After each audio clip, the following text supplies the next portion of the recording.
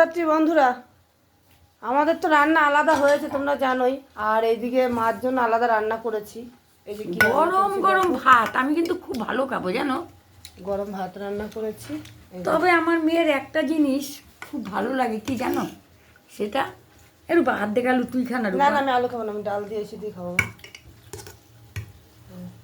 বাটি দিয়ে ভাত এত দিতে পারবো, এত খেতে পারবো? পারবা, দুবেলা ভাত খাওনি তো?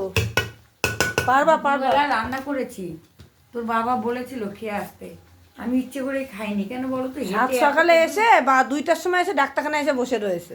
বাড়ি আসতে বললাম আসলো না। এইসব আসিনি কেন করি, আসিনি জানো।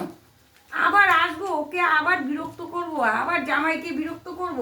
ভাবলাম ওইখানে একবারে ওষুধ নিয়ে একবারে আসবো। তবে কিন্তু হ্যাঁ, বিকেলবেলা কিন্তু আমার মেয়ে গেছিল, মেয়ে যে আমাকে নিয়ে এসছে। ঠিক আছে, তা চলো এই যে জিনিসটা, এটা দিয়ে কিন্তু আমি দারুণ খাবো। আমি বলেছি, তা তোমরা তো জানো ভাজার কথা বলেছিলাম, বারণ করলো, বললো কিচ্ছু করবি না, কিচ্ছু করতে হবে না। আর তোমরা তো জানো কেন আমি এই দিয়ে খাচ্ছি, সেটা নয় আর নয় ভেঙে নাই বললাম। তা চলো খাওয়া দাওয়া করে নিই। গুড নাইট, সবাই ভালো থেকো, সবাই সুস্থ থেকো।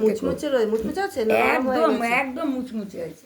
চলো মা খাওয়া দাওয়া করে নিক, আমিও খাবো। রাত হয়েছে অনেকটাই, আমাদের যেহেতু অনেক ভোরে উঠতে হয় তো, তাই আমরা 10টা, 10:30, 11টার মধ্যে শুয়ে পড়াটা মানে শুয়ে পড়ি।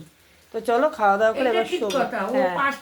5টা, 5:30, 6টার মধ্যে আমি উঠে পড়ি। আমার যেহেতু দোকান আছে, তোমরা জানো তো, দোকান খুলতে হয়, তো তাই জন্য আমরা একটু তাড়াতাড়ি শুয়ে পড়ি। তবে রূপা, আমি কি মানে চোখের কি দা নাকি এত? না না, খেতে দুবেলা ভাত খাও না, খেতে পারবো, খাও। তো চলো টাটা, বাই বাই।